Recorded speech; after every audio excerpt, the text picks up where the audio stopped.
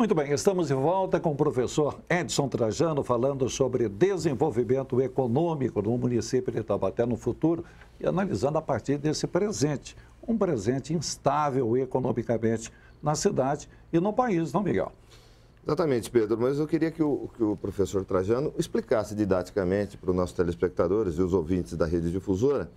Muito se fala que a crise mundial na Europa, a crise afeta o bolso de nós, aqui na cidade de Taubaté, uma cidade da região metropolitana do Vale do Paraíba, no estado de São Paulo.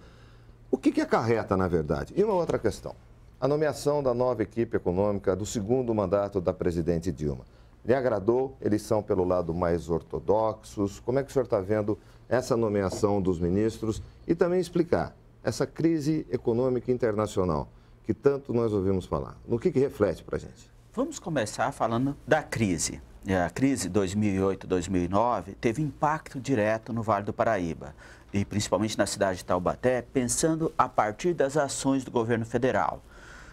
O que o governo fez pós-crise? Programas de incentivos fiscais, em especial para a cadeia produtiva automobilística.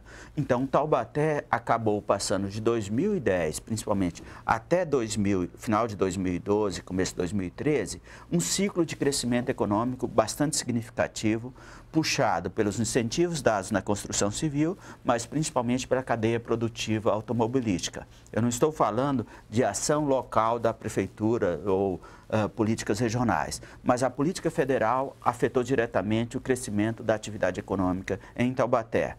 Da mesma forma que quando a indústria automobilística vendeu e vendeu bem, Taubaté ganhou, a partir do momento que você teve venda antecipada e uma retomada do imposto normal, que deve crescer ainda mais agora em 2015, a cidade de Taubaté passou por um processo de desaceleração.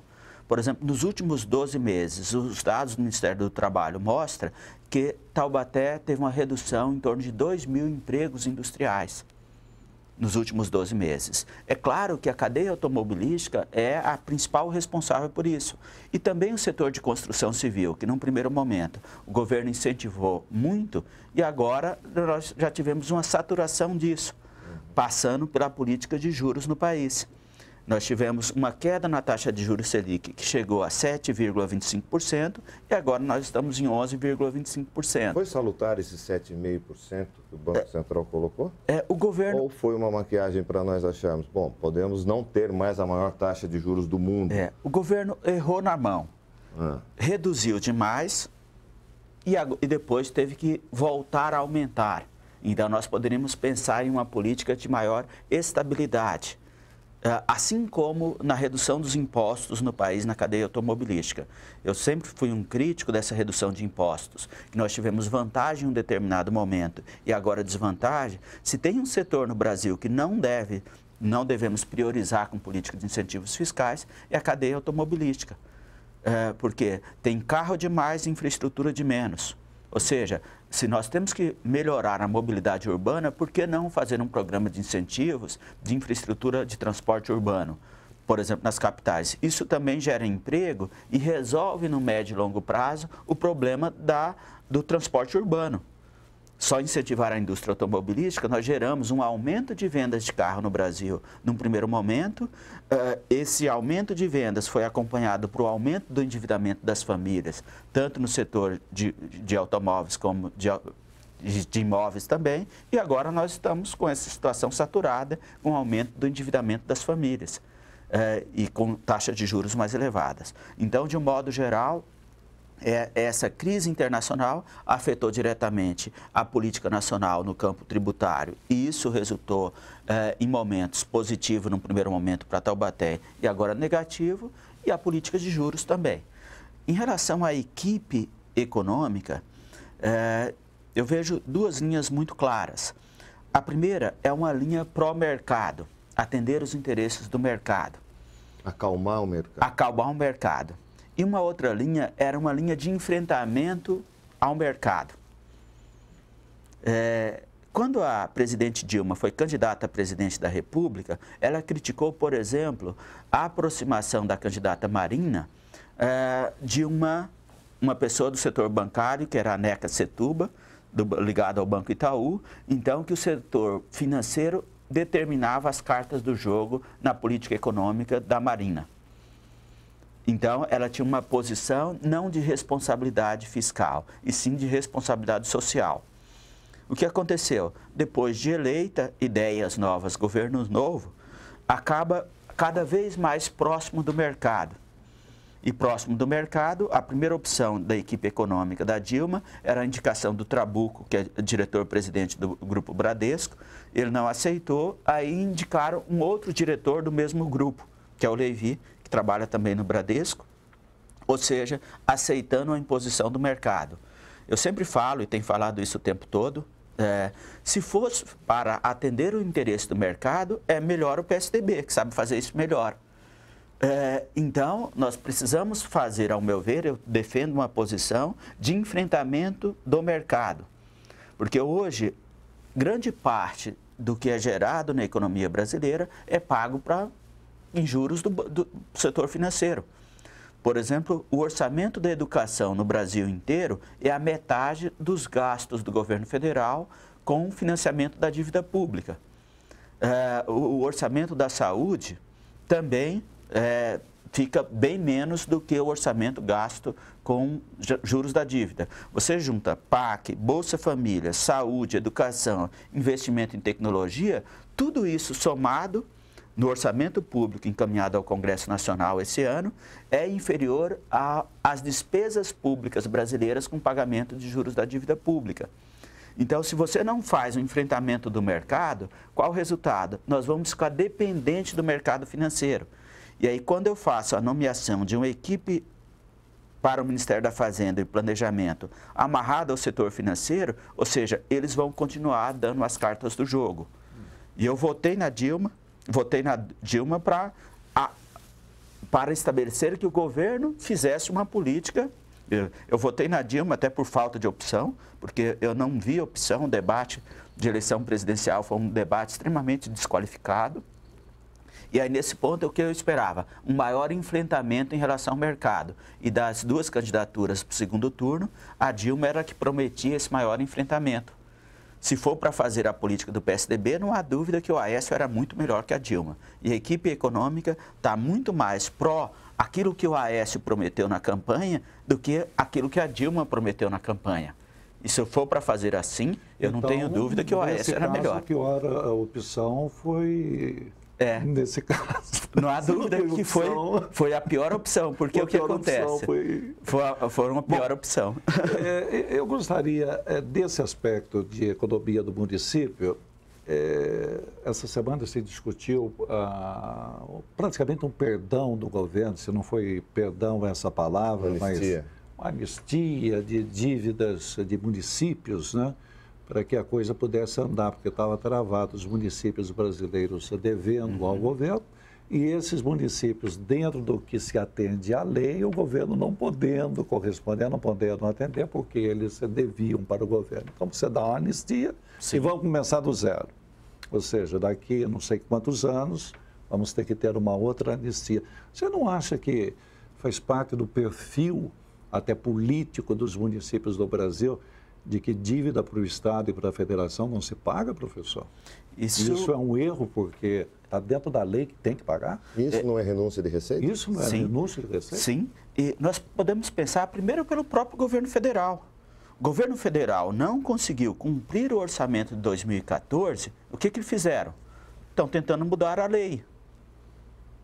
É um absurdo isso, pensando, se eu estabeleço um planejamento, faço uma lei orçamentária e não consigo cumprir, mudo a lei, aí não dá para pensar isso como um país sério em termos de política econômica. E aí, da mesma forma, para os municípios, como você bem coloca. O que acontece nesse aspecto? E o município que fez a lição de casa? Pois é. Ele será penalizado? Exatamente. Vale a pena pensar em um ajuste fiscal mais rigoroso? Eu não tenho dúvida que nós não temos que pensar só na questão fiscal. Até estou orientando um trabalho de dissertação de mestrado nessa linha esse ano, e que está indo muito bem, do Emerson. Nós estamos analisando os municípios do Vale do Paraíba aqui. Tem alguns que fizeram um bom ajuste fiscal, mas os indicadores sociais são muito ruins. Alguns outros fizeram gasto social maior, consequentemente não conseguiram cumprir as metas fiscais. Tem melhores indicadores sociais, só que teve um aumento do endividamento público. Então, o que nós precisamos é um equilíbrio. Para que nós arrecadamos impostos? Para melhorar a qualidade de vida das pessoas. Devolver isso para a sociedade em serviços públicos de boa qualidade. Teoricamente, seria para isso. E a prática precisa ser isso. Para que a prática seja isso, eu não posso entrar no endividamento público muito grande, porque o que acontece? Se eu estou devendo muito, eu passo a ter uma outra despesa com pagamento de juros. E juros só interessam ao mercado financeiro. Mas eu não preciso fazer poupança, porque não é o objetivo do setor público fazer poupança. Então, nós precisamos pensar numa gestão pública que consiga alinhar a cobrança de impostos a despesas públicas, mas que atenda diretamente às pessoas. Um dos grandes desafios nisso, de endividamento público, é resultado, muitas vezes, de uma instabilidade política. Ou seja, nós temos muitos desperdícios de recursos públicos. Desperdícios principalmente de duas maneiras. A primeira, gasto intermediário muito alto de gestão. Ou seja, eu preciso fazer com que o dinheiro dos impostos chegue à atividade fim com qualidade. E esse é um problema na maioria dos municípios brasileiros, onde o custo de gestão é muito alto. E nesse aspecto nós podemos melhorar.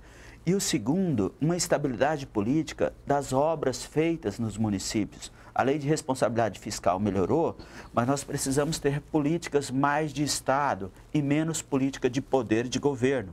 Ou seja, qual é a herança do governo Peixoto em relação ao governo Ortiz? Aquilo que foi planejado na gestão Peixoto está sendo mantida no governo Ortiz? O que o prefeito Ortiz está fazendo para o seu sucessor? Mas é um grande problema da política nacional, né? Eu gostaria de passar até para a próxima pergunta da Yara, mas me parece que é isso, né, professor? Cada governo que entra limpa a mesa, como se diz, vamos começar daqui, né? E esse é o grande problema, não é só do município aqui no Brasil, né? Essa visão, isso é um problema dos brasileiros. E aí o que acontece? Nesse campo, os eleitores precisam ficar muito atentos quanto a isso. Para saber o que vai acontecer. Né? E aí, se nós começamos a cobrar do prefeito A, do prefeito B, que dê continuidade aos projetos, os bons projetos, e que não mude essa realidade, nós estamos reduzindo o desperdício de recursos públicos. Eu começo a fazer alguma coisa agora e paro depois. Por exemplo, a Câmara de Vereadores agora está realizando nesses dias o debate do orçamento público para 2015. É importante a participação da sociedade, dos jornalistas trabalhar divulgando isso. O que o prefeito está fazendo agora? E numa receita menor do município. Isso, com a receita menor. E aí nós precisamos fazer o quê? Estabelecer prioridades. Quais as prioridades? Não é muito melhor continuar com projetos que estão dando certo e melhorar esses projetos do que ficar inventando coisas novas? Que criar, né? Vamos principalmente administrar a situação. Pois não, Yara. Nós estamos chegando à metade do governo do Ortiz Júnior. Eu queria saber se você tem dados sobre esses investimentos, desses gastos e a evolução da despesa e da receita do município de Taubaté e se ele paga dívidas, se ele tem dívidas em dia 2 anos atrasadas. Evoluiu ou não? Em 2 anos, como ficou? Então, eu não tenho os dados pontuais do orçamento de Taubaté. Eu não tinha preparado isso nesse ponto.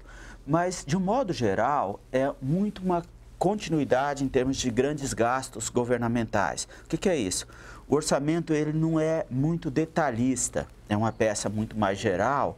O que nós temos que tomar cuidado é, dentro desses limites, nós temos os gastos com educação, que tem que ser no mínimo 25%, de saúde, o mínimo 15%.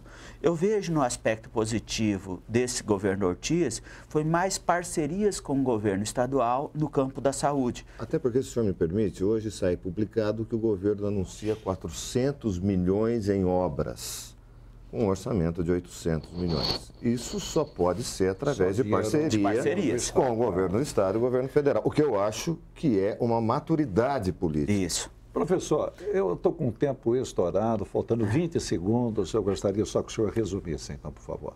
Então, resumindo, eu acho que nesse campo de parceria com a saúde foi positivo. Agora, com o governo federal, Não, nós precisamos avançar nas parcerias com o governo federal. Por exemplo, na área de saúde, nós temos o SAMU, que pode resolver problemas emergenciais. Professor, saúde da família, também uma coisa que nós precisamos avançar. Muito obrigado pela participação no programa. Um prazer contar com o senhor aqui. Muito bom dia. Bom dia, eu que agradeço aqui e eu acho que nós temos que pensar em políticas públicas para o município de Taubaté em 4 dimensões para pensar no desenvolvimento. Indicadores sociais, precisamos pensar políticas sociais, ambientais, econômicas e política. Só dá para pensar no desenvolvimento nessas 4 dimensões. Ficar só preso ao econômico, não resolvemos nosso problema. Muito obrigado ao professor Edson Trajano, muito obrigado também pela participação da jornalista Yara de Carvalho, muito obrigado mesmo, Miguel Cáter. E uma boa tarde para você, ouvinte da Rádio Difusora e telespectador da TV Câmara. Até amanhã, às 11 da manhã.